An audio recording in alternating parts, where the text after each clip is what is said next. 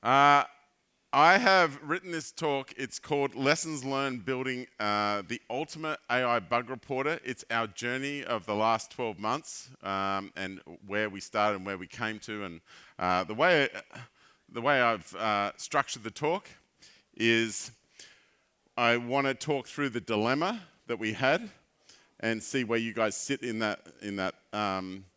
like these four categories we thought of. And then I want to give you a bit of a demo. And then I want to talk about how we transformed words into work items, and then the lessons that we learnt, because we learnt a lot over the last 12 months. And then I want to pontificate about the future. Now I'm going to tell you that we have a booth, and the booth is over there. It's got Tina and Yakshaver. Tina, you would have seen me here in past years. This is this is the #1 CMS on GitHub. It's a free open source CMS, and they're over there. Two young, good-looking Aussie boys. You'll see them there. And also on the other side have this Yakshaver tool, and I'll be talking about that now. All right. We also have a little mobile app, so you can install this mobile app. And it's called SSW Rewards, and you can get all the free merch there. And at the end of this talk, I will give you a QR code which you can scan and get more points. You can scan each other and get lots of points. We've done it at lots of the NDCs. It's been awesome. Alrighty. So, a little about me. My name's Adam Cogan. I'm a chief architect at SSW. I'm also the owner of Tina CMS, and I'm a Microsoft regional director. Have been doing that for about 20 years with Neil was one of those before he went to, Niall was one of those before he went to Microsoft. And I blog at adamcogan.com. This is my blog. All right, awesome. So, why did we build this AI tool? So this is the story of our life running a consultancy. We have about 100 guys, mostly .NET guys, but some front-end guys, etc. This is what happens. You're in a meeting. It could be any type of meeting. It could even be a finance meeting.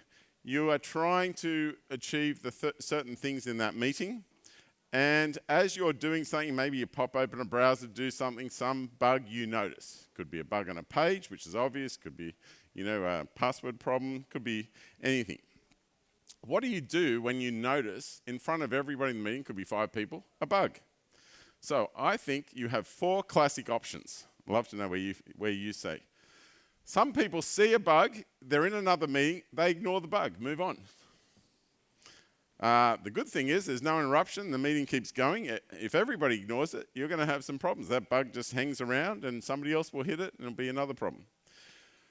The other one that I see, and I used to do this a lot, was pin it for later. I'd keep a little pad next to me. We would be focused on a meeting, you'd see some problem and I'd just type, login bug on Yakshaver or something. At least somebody's written it down and you should follow it up. The problem is you didn't get very many details. When you look back, I look back over my own notes regularly and I try to cross them off. Some of them I can't read, some I cannot remember. What the hell was I thinking about? Because don't forget, after this meeting, there's another meeting. And it doesn't take too long before, later becomes never. The other one, which one of the guys in our office, Julie, always talks about, is half-arse it. That is, just take a screenshot. And you might take a screenshot, pop open an email, just paste it, and you'll remember later. Sometimes you just take the screenshot and you remember to go back to it. Sometimes people take a screenshot and they just ping it at somebody else and hope they'll deal with it, right? So it's nice and fast. You got a nice screenshot, but you don't get heaps of context exactly what happened. And I find this. I chased somebody and said, did you log that? Oh, no, sorry. So they need a reminder anyway. So it wasn't much fun anyway.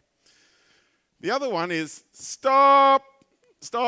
Let's just take a step back. Can you grab a screenshot? Can you paste that? Can you write what you were doing? And let's just CC the right people. Is everybody in the room agreeing with that? And then you've got a thorough and clear bug report. It derailed the meeting a little bit. These take 5, 10 minutes sometimes. When you plan on doing X, but you start doing Y, you're yak shaving. How many people are already familiar with that term? Only 3 people out of the whole room. This term hasn't made it to Denmark. All right, never mind. If you ask Princess Mary, she would have known about it, because it's a common term in Australia. Yeah, Queen Mary, sorry. So, I hear her daughter is not as well behaved as she was. That's what I hear on the grapevine. Come to Denmark and you become naughty. So, what is yak shaving? Okay, I remember talking about this back in 2000, 20 years ago, with Scott Hanselman, because it was a common term we kept saying while we were trying to do things. And it's been around for a while, but it hasn't completely taken off. But I'm going to play this little video because I think this is a great example of yak shaving.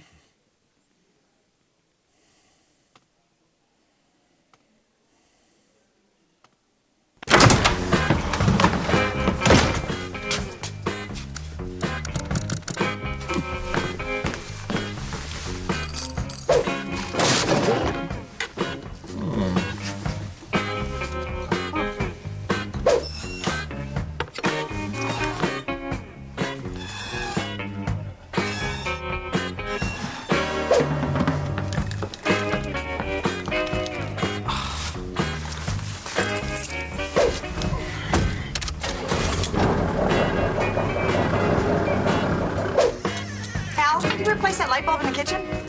What does it look like I'm doing? All right, too true, too true. All right, so who's experienced this before? Everybody, almost everyone, 2 non-hands. All right, so I want to know how do you guys handle it? Who is A? Ignore it. We're not here for this. Ignore it. Stay on the meeting. Who's for that? 3, 4, 5, okay. Who's put in a pin? Quick note, I'll deal with it later. Whoa, that's huge in Denmark. Wow, okay, that must be 80% of the room. Who is half-assed at take a screenshot? And you'll deal with it later. Just 2. Oh, I'm disappointed. Okay, I thought that'd be more popular. Who is stop, write it now before we continue. It has to be reported. All right. No one reports it properly. All right. Okay. If you choose D, you are the hero of the dev team. You give beautiful bug reports. But everyone dreads meeting with you. And that's just the first bug you notice in the meeting before you'll notice another one. What if there was a 5th option? All right? So, yak shaving to the rescue. Let me just give you a quick demo of this. So we'll go to a site and we'll show how this works. So let's come here. And there we go. So I'm going to go to ssw.com.au. And on here, we have a beautiful banner that we're at Copenhagen. Well, this is not really accurate anymore because we're here and we're about to go to the next NDC, right? The next NDC is in Portugal, all right? So we have to decide if we're going to go to Porto or Lisbon. And I am going to report this to the website team. I don't know who runs, which person would fix this, but I need to fix this quickly, all right? Because we've got a big advertising campaign going out for the next NDC. So everybody on their computer, on PC or Mac, has a built-in recorder. It's always a screenshot, a keystroke away. So I'm going to go Windows Shift R. That's on everyone's PC. And I'm just going to do this. And watch this. I always go to the bottom right-hand corner because I want the date and time in my bug report. So I'll press Start up here. And it's going to go in the middle of the screen. 3, 2, 1. Now it wants me to talk. All right. Hey, I want to report something for the SSW website backlog. Could you please go to the first one here and switch this from NDC Copenhagen to NDC Porto? And could you know, in Portugal, in Porto, that's where port wine comes from. So I think if I put a little annotation there, like a little image of port, that would be nice. So swing a little glass around or something like that. That'd be awesome. So I've done that. If you look at the top there, that was in 30 seconds. All right? So there it is. In the bottom right-hand corner, you can see 30 seconds. So I just recorded that complex bug in 30 seconds. And we're going to see how that makes a perfect bug report, including acceptance criteria, including repro steps if it's a bug, and a screenshot, a figure, and a beautiful recording of this video. So you'll always know straight from the horse's mouth exactly what they were seeing and what the problem was. All right. So what I want you to understand is what's going under the covers. How did we do this? So the first thing is we record it, whichever tool we use, and I'll just drill into the left-hand side so you can see what's going on. We record that, we put it into OneDrive. We convert that file to an MP4. We only want the audio, and then we send that to Whisper. And then from that point on, we pull in some data. So we pull in our case, it can be different ones, but we pull in data from Dynamics for the projects. We pull in data from GitHub for where the backlog and where the issue will be put, or it could be Azure DevOps, etc.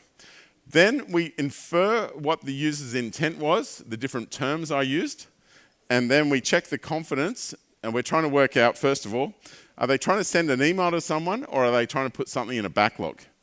And then we check that we have confidence. If we don't know, we'll have to ask. And then we mention the right people that are running that project or that were mentioned in that recording. I could have said, I want Josh to fix this, and it would be going to him. All right. Then we pull in the work item templates, so it's in the format that team likes to work. And we put a screenshot in the URL there, and then we're good to go. All right, so that gives you the first look at it, okay? And what you'll see is it will then put that here. So I'll just switch over to Teams.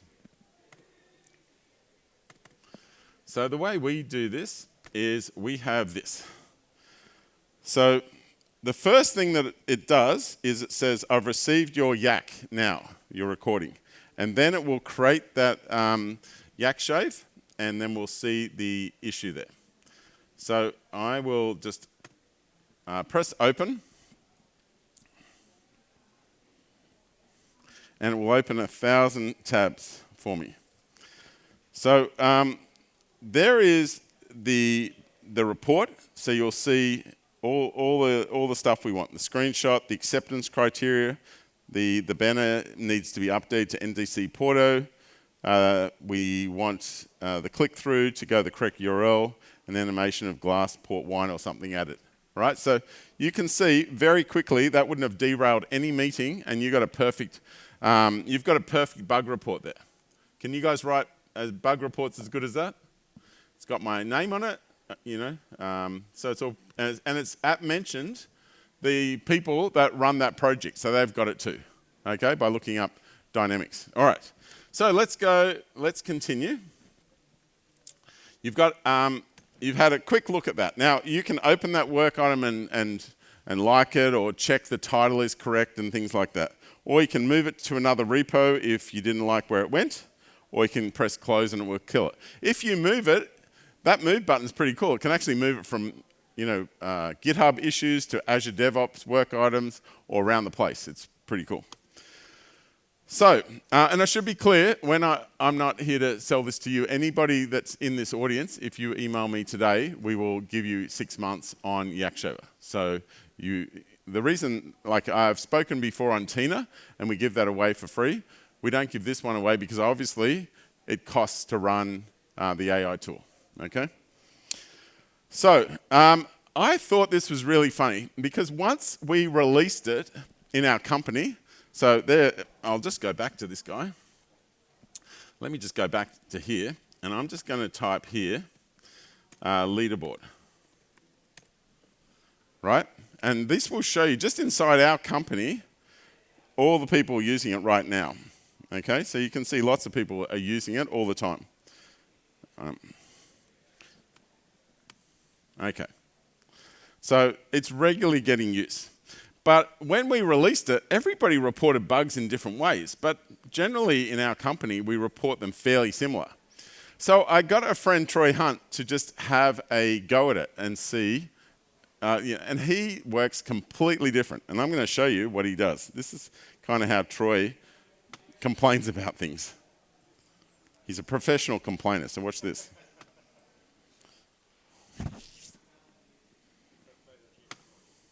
Trying to create an account on DJI.com from my drone. I'm having problems with the password. So I want to go to the password field. I've got one password here, but I like a really long captions password. on. He's got an Aussie accent. Really, really long, like 54 characters. So, okay, autofill that. Cool. There's my really long password. One password pops up, wants to save it. Submit button doesn't work. It's grayed out, but when I press the submit button, then it goes red and says, all right, it's got to be a maximum of 20 characters, which is really weird because I could put more than 50 in. And when you look at the DevTools here, there's a max length of 100 characters. So, got to fix the max length. Got to make it clear on the screen it's limited to 20. Also, don't limit it to 20. There should not be a practical limit on the field length. Let's make it a couple of hundred, something like that. And then there's another problem as well, because if I go and I null these fields out and I go back and I use a suggested password that is 20 characters long, and I'll just turn on the little eyes here. If I make one of these characters a backslash, let's change the underscore, doesn't match, fine, make that one a backslash. Now they match, it's still not happy. Well, now I click away, and the warning goes, the submit button's still grayed out, but then I press submit, and it's giving me an error that doesn't make sense. And then also the error is saying that I need to have between 8 and 20 characters include at least 2 or 3 of letters, numbers, and symbols, which is arbitrary password complexity criteria, which we are meant to be throwing out. So don't do that either. So there's a heap of different things to fix with DJI. All right. So that is not how we report bugs in our company, and I threw that. I got him to use Yakshover for this, and I'll just show you what it did, which is kind of fascinating for me. So it reported this. So let's have a look at what it did. It put it into the right project. It said bug, password field length, and validation issues. It mentioned the people that were in that project. It's just a test one. And you can press open work item and have a look at it. And it's there. It's actually it's on the internet. You can have a look at it properly. But there's the video. That's straight from the horse's mouth, him kind of complaining about the DJI site. And then he has the pain there and the acceptance criteria. The password field should allow up to 100 characters as indicated by the max length in DevTools. The submit button should be enabled when a valid password is entered. Backslash should be allowed, character in a password, etc., etc. Pretty good. And then the repro steps, and it puts a screenshot there of the right bit, and it puts a nice figure. Password length mismatch. Front end shows 20 characters. DevTools shows max 100. All right. So, and you can click on this if you want to have a look at the whole thing. So, it's also not just for bugs. If you have a feature, you can shave it, and I'll quickly show you that too.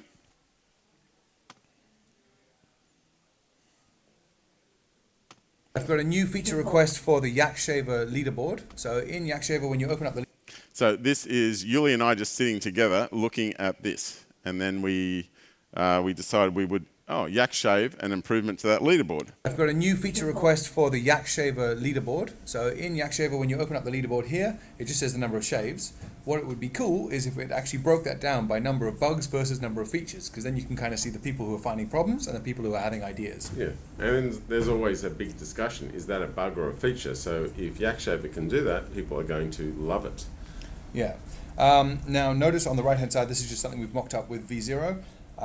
So yeah, we're basically adding 2 columns before the last number of shaves, which shows the breakdown of how many of those were bugs and how many of those were features. Now I'm assuming this might need a schema change to how we're storing the work items, so that we actually can track whether it's a bug or a feature. So we might need to add that too. You also have currently, when it is a bug, it puts the bug emoji with the word bug, so it could use this. And also when it's a feature, it has the sparkles Yes. emoji. And to be clear, is this request a feature or a bug? This one, this is a feature. Yes, correct. Yeah. Just testing. Cool, thanks. Can we please assign this to Stephen? Thanks. Okay, so that's a real one that we recorded. And so I just want to make sure that you didn't think it's just for bugs.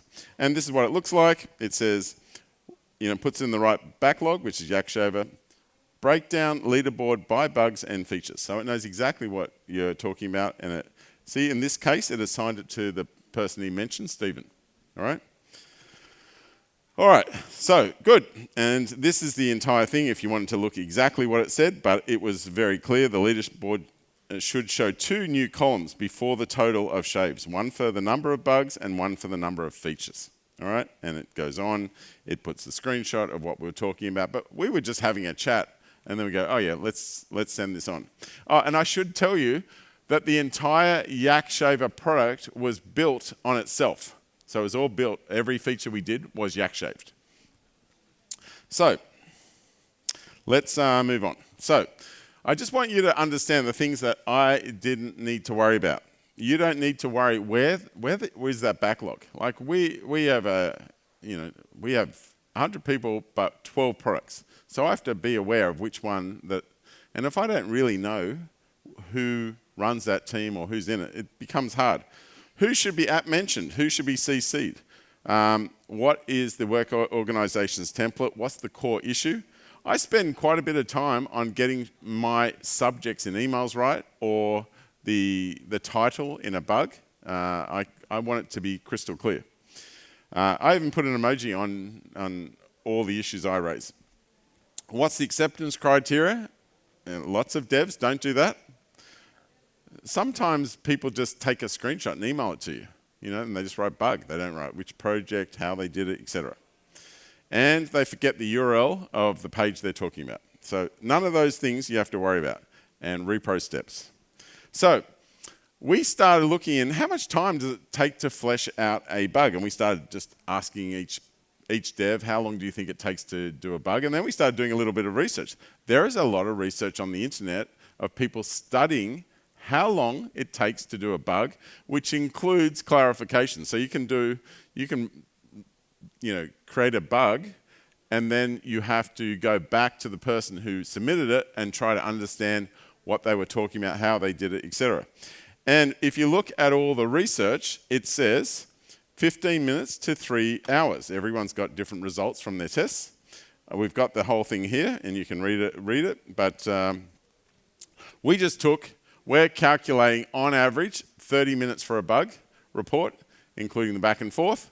And obviously, all our bug reports, almost all, are done within 30 seconds to 1 minute. That's the most common. Sometimes they're a bit longer, but not that often. So let's assume ours take 1 minute. So the time saved, let's talk about this.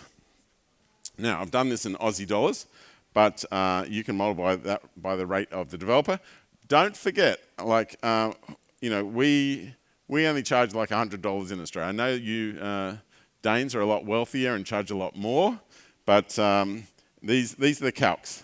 So we have, just looking at our 30 days of history, we've got 72 hours saved.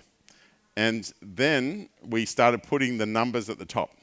So 104 hours, 10K for that 30 days. 10K. So that's awesome. If you start doing this, you'll notice that things just work a lot more efficiently. Now, it's not just about money. It's just your meetings stay on track. There's no back and forth calls between messages with devs and the product owners. Your developers have everything they need to start work. How many times have you got a PBI and you go, doesn't meet the definition of ready, right? You need more details. You just don't have that. And the lower friction means more bugs reported and more ideas captured for the company. So I saw these, so I took a couple of screenshots. I thought it was kind of funny. One of the guys who reports bugs generally okay, he was just trying to use Tina on our website, and he saw a problem, and he couldn't do something. So he just says, he puts a bug in here, essentially. I'm trying to switch between branches on the homepage. It's not working. Can someone fix this? Right? And then the person that reports the worst bugs in our company, he's a sales guy, he did the most perfect bug report. He hit the same problem at the similar time. Unable to switch to the main branch in admin on SSW website. He's put the right people. He's made a nice issue. He's put the video there. He's put the URL. He's put the pain acceptance criteria. How much better was this guy using this tool versus the other guy hitting the same problem? All right.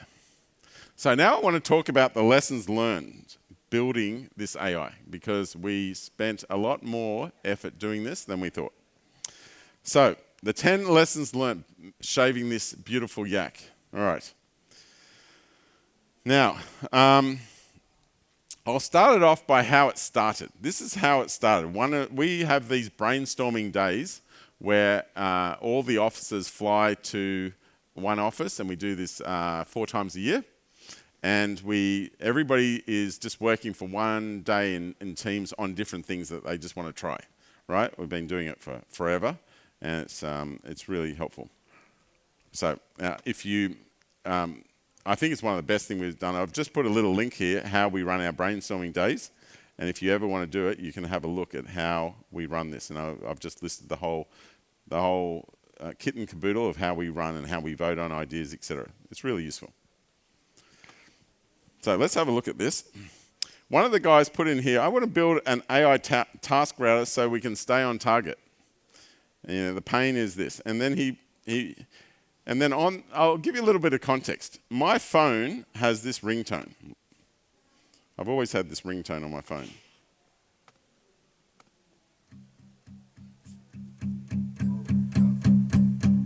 There's a fire starting in my heart, reaching a fever pitch, and it's bringing me out the dark. Finally, all right, I could play the whole song, but that's my ringtone. And when I start calls with people, when they're calling me, of course, I care how they call clients. And I always say, make sure that you get rid of all the garbage on your screen, things open, that open, ribbons, bookmarks. Just make it clear, make sure it's nice and big. And so every time we speak, I'm always correcting people. So we have this rule I give to people. I don't open a screen and have this open and all these bookmark bars and different things. Just make it nice and clean and nice and big. And the other one is, I believe, you don't step over a bug. You hit a bug, you report it. And, what's the cost of a bug? The longer it's there. So this is Yuli after one day doing this at brainstorming. I just want to show you how quickly you can get things up and running.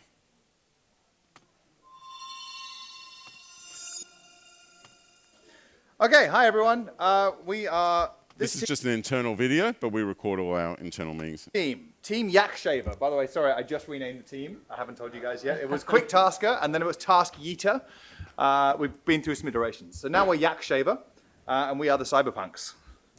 So Callum was also joining us online. We have the same agenda as everyone else, so we'll just skip past that. You all know this pain. You've been working on a task for a couple of days. It's the sprint goal. Your sprint review is this afternoon, and you only have one task left on your board. There's one problem.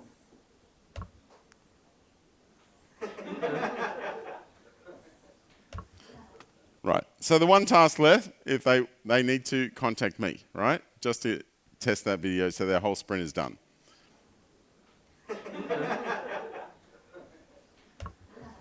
You check. Maybe he's free. Look, he's not in a call. I could get him. I'll just calling in 1 minute. Oh, no. Okay, no. All right. That's okay. That's all right. We'll try this afternoon. So, you come back. You manage to get him on a call. He answers. You share your screen. Can you hide your toolbar? Yes, Adam. Yep. Can you zoom to 125? Yep. Zooming. So you open up YouTube, you're showing your done video, and this reminds him, I think he just saw Mike sharing one of your videos on LinkedIn. Hang on, was that following a rule? Let's call Mike in and just make sure, you know what, it wasn't. Let's draft an email while we've got Mike on the call. Yeah, okay, no, I think we're happy with that. Right, we did good work today, didn't we? We got that rule sorted out, yeah. All right, 15 minutes later, you've got rid of Mike, you're back on track, you open up the done video, you press play, and then you hear this. There's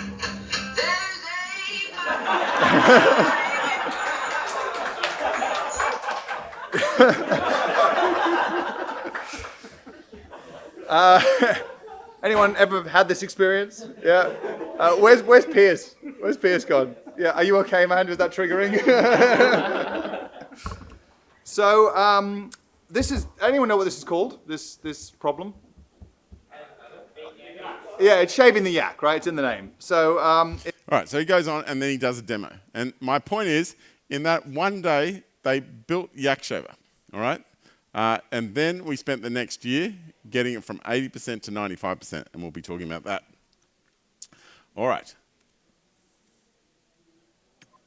All right, now, the first mistake we did a lot of pricing of AI services and how it was going to work and how much it was going to cost us.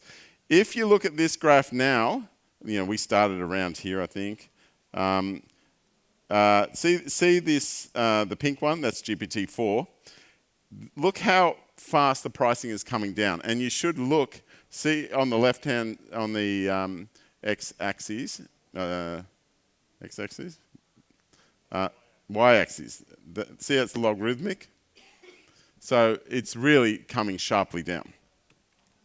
So unviable models can become very viable very quickly, and that's continued to happen. They're basically getting 10 times cheaper per year. So you've got to be really careful on the calcs you make. All right, so plan for the future.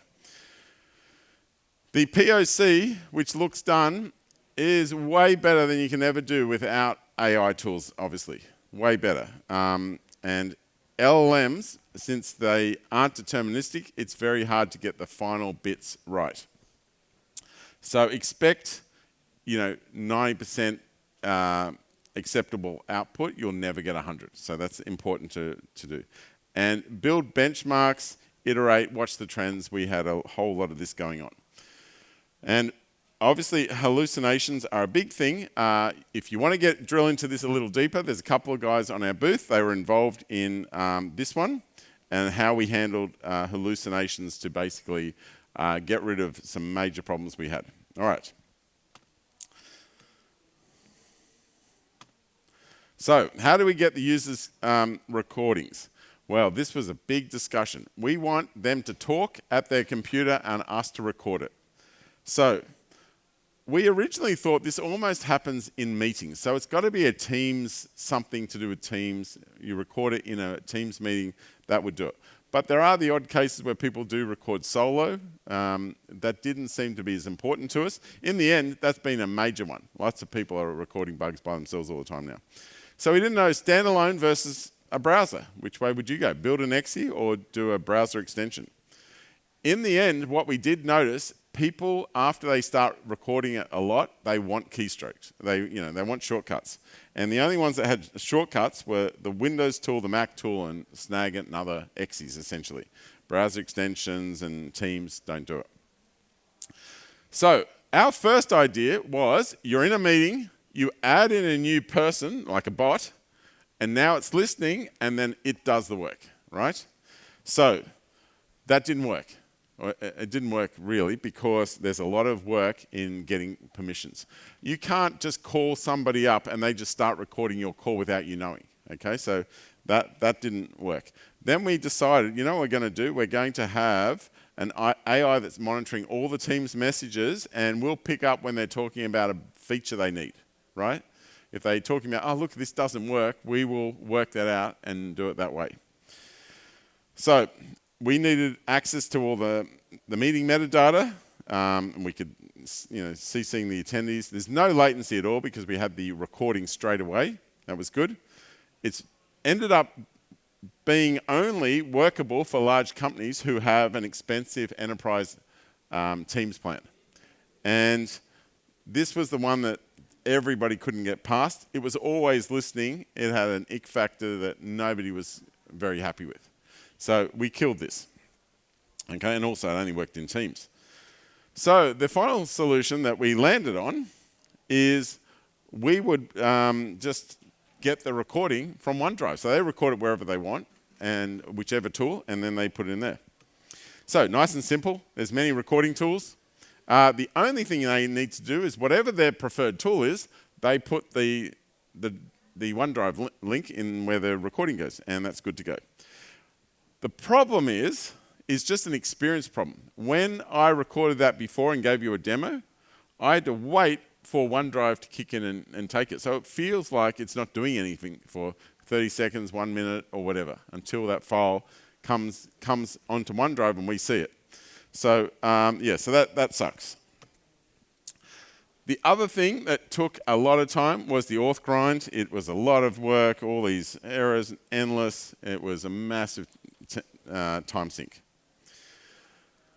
Then we started noticing that we have about 50 to 60 edge cases, right? And I'll tell you a couple of key ones.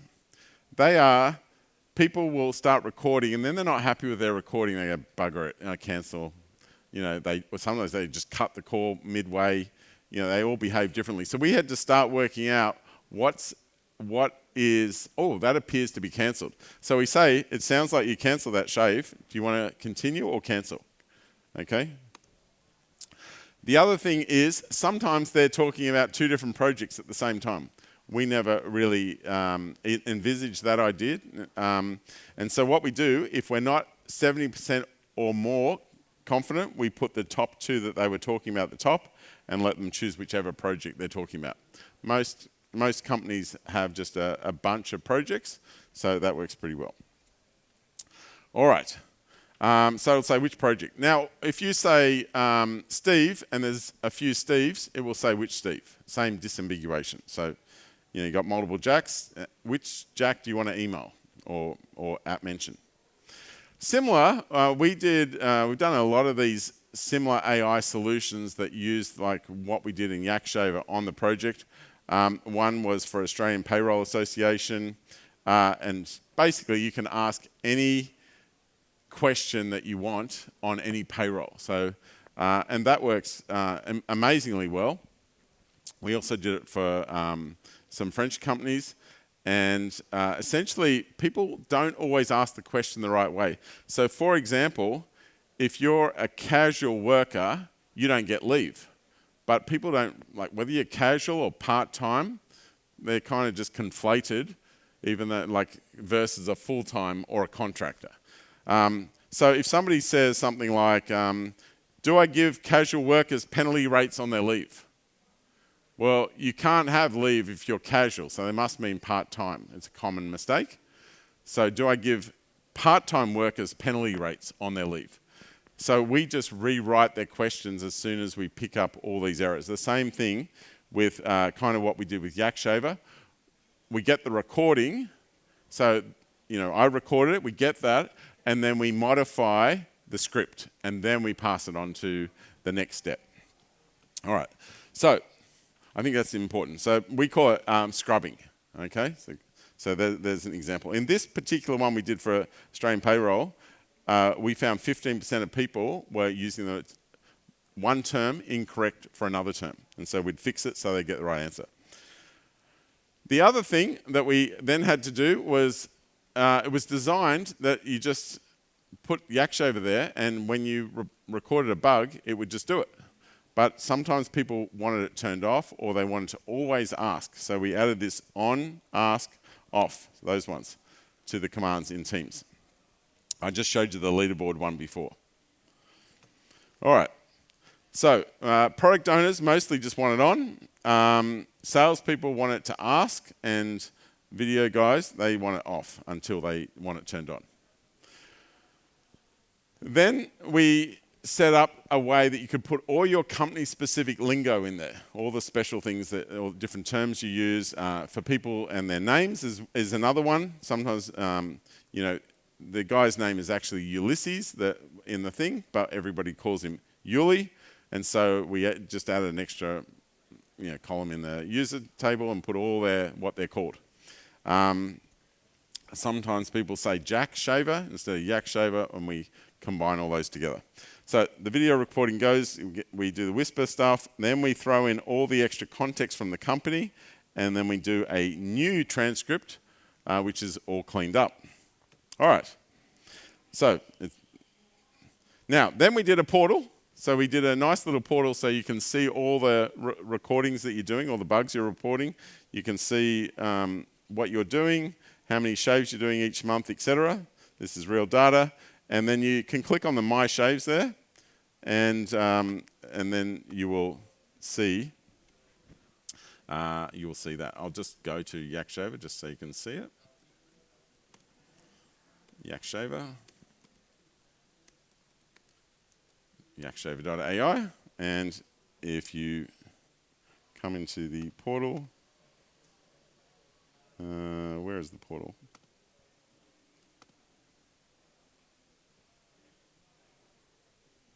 I've lost the portal. I need to report a bug. Where's the bloody portal gone? That's unbelievable. Yes.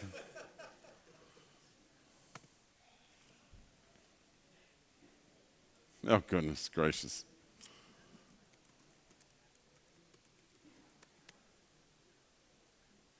Oh, great. 69. No jokes.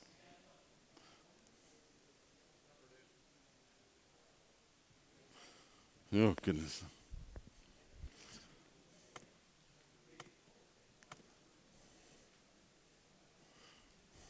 Okay, here we are.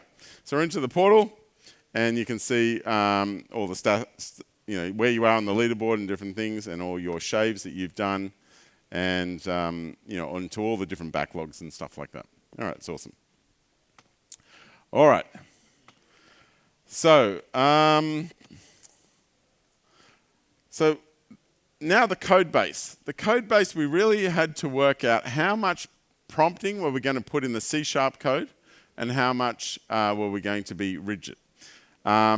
Basically, too much prompting, it becomes more unpredictable and hard to pass all your tests all the time. So, and I also need to tell, how many people have actually already have a whole bunch of prompts in their code, in their backend code? Anyone? Okay. All right, no one. Okay. So the best way to get consistent output is JSON, obviously. So what you want to do is you want to say, give me the result in JSON, please, so then I can work with it. The problem is, every time you say that, it's so unpredictable, it will give you some extra stuff, and you just want the output just as JSON. Don't give me other stuff, just the JSON. And our code, our prompt had, please, please, please, only JSON, nothing but JSON, please, nothing but JSON. And that would work, and then all of a sudden it would give you some, we've given you some JSON below. I just told you just the JSON, nothing else.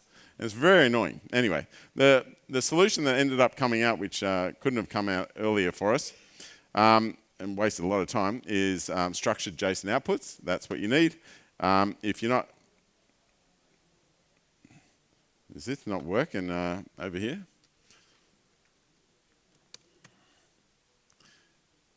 Okay, so you got text generation, images, audio, and structured output. I'm talking about the structured output here. Okay, so that is the sweet answer to integration with your code. All right. So for example, you can define down here. You define how you want it to look, and it comes out exactly as you like. Okay, that's beautiful. And our code base is full of natural language, full of it. And I'll just give you an example.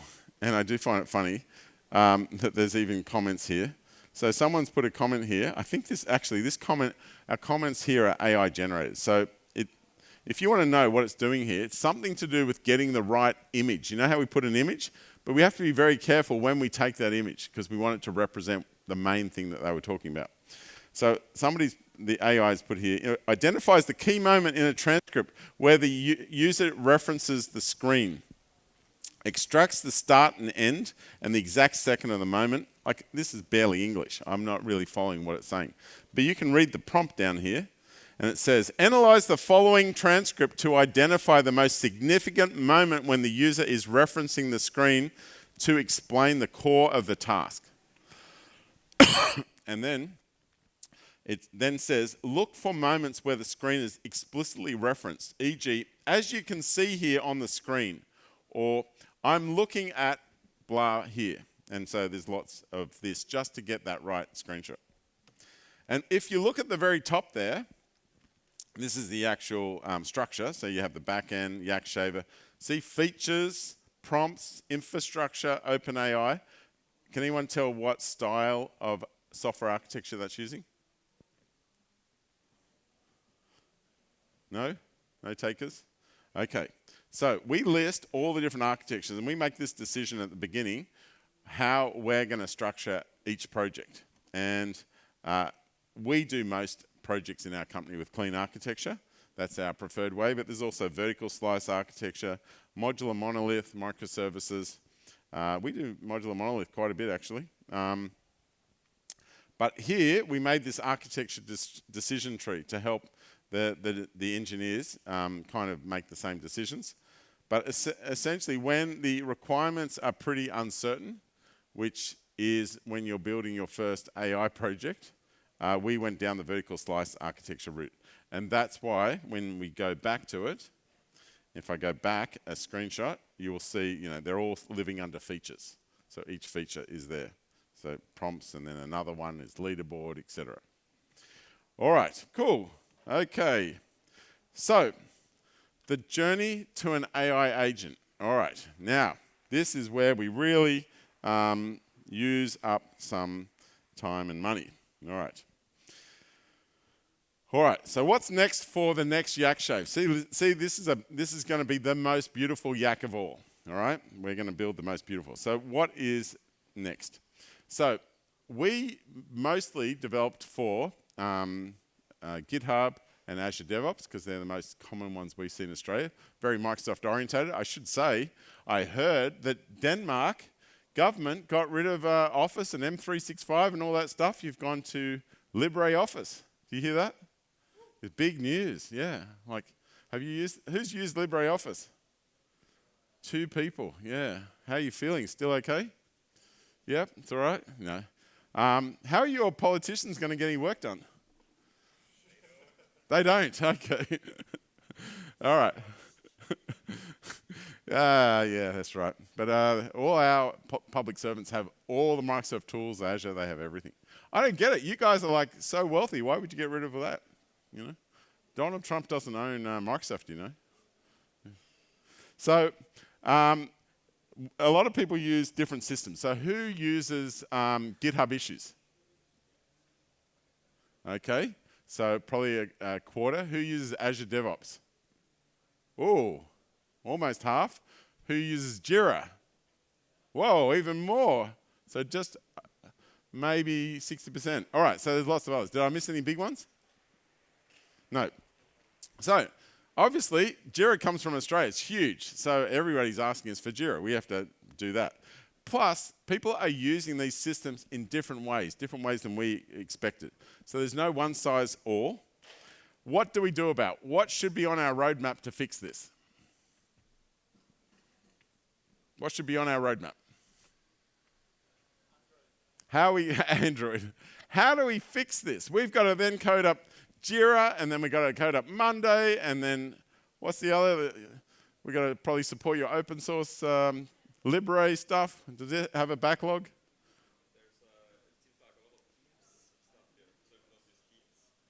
Yes, lots of schemes. Slack, yes. But we don't have a big enough team to do all this. How are we going to do this? Oh, yes. All right. So Niall says we should put essentially agents and MCP. So everybody's backlog, this is our roadmap for Yak Shaver. MCP, redesigned agentic workflow. So if you remember, we currently have a workflow. It doesn't handle unknowns. If you go in there and say, I want to report a bug to this, and also can you email this guy about this other problem, and can you also report one more bug here? Like, we design it to report one bug at a time, right? So it doesn't cater for that. So when we released it and we realized people report bugs in completely different ways, and you saw, at least when Troy did his, he only talked about one thing, which was easy. But if he had started talking, if we had allowed him to go for a few more minutes, I'm sure he would have got into something else.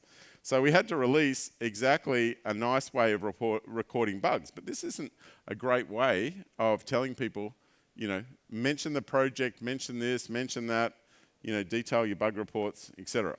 So instead of this, which is our current system, we need to change this. So we need to change that. So we need to change it to agent mode.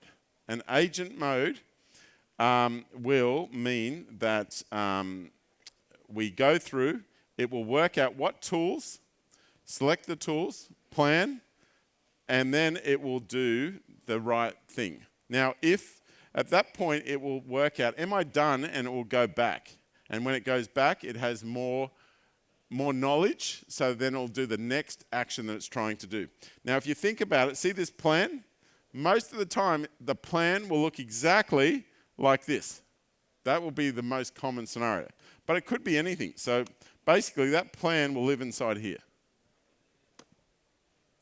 All right, so let's move on to MCPs, which is a standard framework for making all tools available to different AI agents. And MCPs are like USB. You plug USB in, you don't know. It could be doing video, it could be, you know, a drive, it could be, what else does USB do? Yeah, it could be powering, yeah. Could be doing lots of things. So how many people are pretty familiar with how MCP works? Just a few. Okay, all right. Well, I guess the easy way to think about it is like just in real life. When I come home from work, I am an MCP, I guess. I will inform my wife, what would you like? I can do many things. Would you like me to take the garbage out? Would you like me to go and get some dinner? Would you like me to go and watch the TV? And she will usually say, take the garbage out. So she's the agent telling me what to do. Take the garbage out and get some dinner. She won't tell me to watch the TV. Because last time I was watching the TV, I got a prompt injection. Because, you know, when you're watching the TV, an ad comes up, and then you just buy something, and you spend money, and then she's upset about that. So the agent learns as you go around. It gets more intelligent next time. So is that a good analogy? No?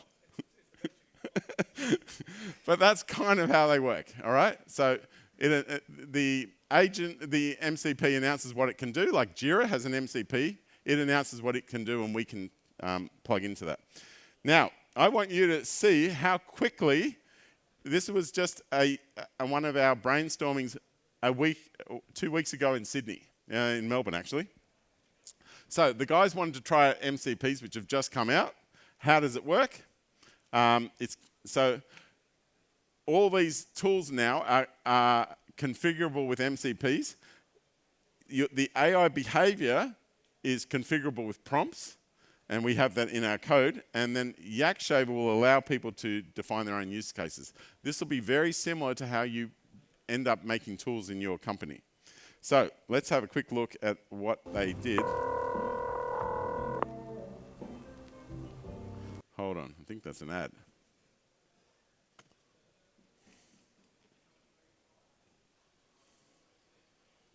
All right. Now, so, guys, I heard. So people were saying, could we get Jira working in Yakshaver? And these few guys decided we'll try it today, and this is what they did. And I'll put captions on as well, and I might just make it double speed. Here is the big demo of the day. I'm going to present to you Jira integration with Yakshaver. So let me change to my app here. All right, so I have set up a Jira backlog, and what we're going to pretend for the purpose of this demo is that Yakshaver items are in Jira rather than GitHub. And I'm just doing that so I can demo this feature of talking to Jira. So I'm going to start a screen capture and share my right screen. Hello, I've got an issue with the Yakshaver website. The picture of the yak looks too ugly, and I would like a new picture of a yak. I would like one with cool sunglasses that make it look like a special agent. Thank you. And I'll stop that, and I'll upload it. Okay, so what is going to happen now is, based on the configuration that we've made, we're going to spin up an agent, and this agent is going to be configured to talk to Jira. So you can actually watch it running here. Obviously, in the future, this will be inside the Yakshaver app. But so you can see here it's creating an execution plan. It's drafting an issue, is looking for the right Jira project. It is now going to create the Jira issue with the details, including the video link, just like Yakshaver works currently in GitHub. And it should be done. So if I now jump back to Jira and refresh, where are we up to? So we've got 10 there. So if I have a new one, we should be bigger than 10. There it is, 12. There was 11, I deleted it. So here we go. This is my new issue. So I've got a link to the video, which is just what I recorded in front of you. Yak picture on Yakshaver website is too ugly. So Request a new image with sunglasses. So that's what I requested. Obviously, I haven't told it to, that's an easy change to give it the right context. But yeah, so that's what I asked for. This sort of looks like a Yakshaver issue. Obviously, we could prompt it to do whatever we want it to do. And yeah, that's pretty much it. So thank you. All right, so that gives you a bit of an idea that you can get a lot of stuff done very quickly in a day with MCPs. My name is Matthias. Basically, MCPs are the answer. The question is irrelevant. It can pretty much do everything. Now, I do want to just tell you one more thing. There is something that is worth... Now, Niall is doing a security talk, and this might be relevant to what he's covering. If one of your MCPs has access to private data and you have another one that has exposure to untrusted content, and then you have another one that can communicate externally outside your company, you've got trouble. I'm not going to go into the details, but I'll let you know that MCPs in your company can get pretty smart and use other MCPs. Do you talk about the lethal trifecta? Okay, all right, so a very relevant topic. If this is up your alley, and it should be, go to Noel's session. But, this guy, Simon Wilson, covers it really nicely, talking about the lethal trifecta. So I think that's pretty awesome. All right, so there's a little bit more. And one of the guys at the booth, he'll talk about this, that he was using VS Code, and this only came out a week ago, about the vulnerabilities with VS Code and the new evolving MCP tools and what they can do. So he'll tell you about his experience. All right. So we aren't going to go with the centralized server. We're going to go with decentralized servers for Yakshaver. It's the best option for us. The only thing that I can think of that's going to be different is we're going to have to educate our sysadmins on, controlling MCP server selection. Okay. So the next steps for Yakshaver is we're going to keep that portal, but we're going to make sure that customers configure people, projects, and now their MCP templates. And then we will, an MCP template might be, in your case, adding Jira. Okay. So we now know Jira's there, and we will use a local exe, and then we won't need the snipping tools that I've showed you. So that's probably going to be the future. So we won't need Teams. We won't need any of that. All right? Not that we need it today, but people like it. And we will be, the exe will be managing the MCP configuration, and you put your personal access token there. All right. And then the orchestration will be picked up and create the Yakshaver. So I think that gives you a pretty good idea of how that works. There is a bunch of other things we've got to do on the backlog where people are reporting a number of very similar Yakshavers. So we're going to do duplicate detection just by vectorizing the backlog. We currently only use the audio, so we might end up going fully modal, and we also need to consider tone of voice. A lot of people go, well, this is great, and they're obviously being sarcastic, but it confuses us. Sarcasm is very unhelpful when you're taking the script. And finally, the last thing is, we've recorded the Yak, we've got a nice bug report, you just feed it into Copilot, and it really does fix a lot of pretty simple things. So, end result is the devs are doing much better PBIs. The product owners get much less questions. What did you mean? Meetings are more productive. We're building more software, and we've got happier product owners. So hopefully that is useful. I will tell you that we are a consulting company. If you want any advice on how to build an AI solution, more than happy to help you. There's a few of us here this week.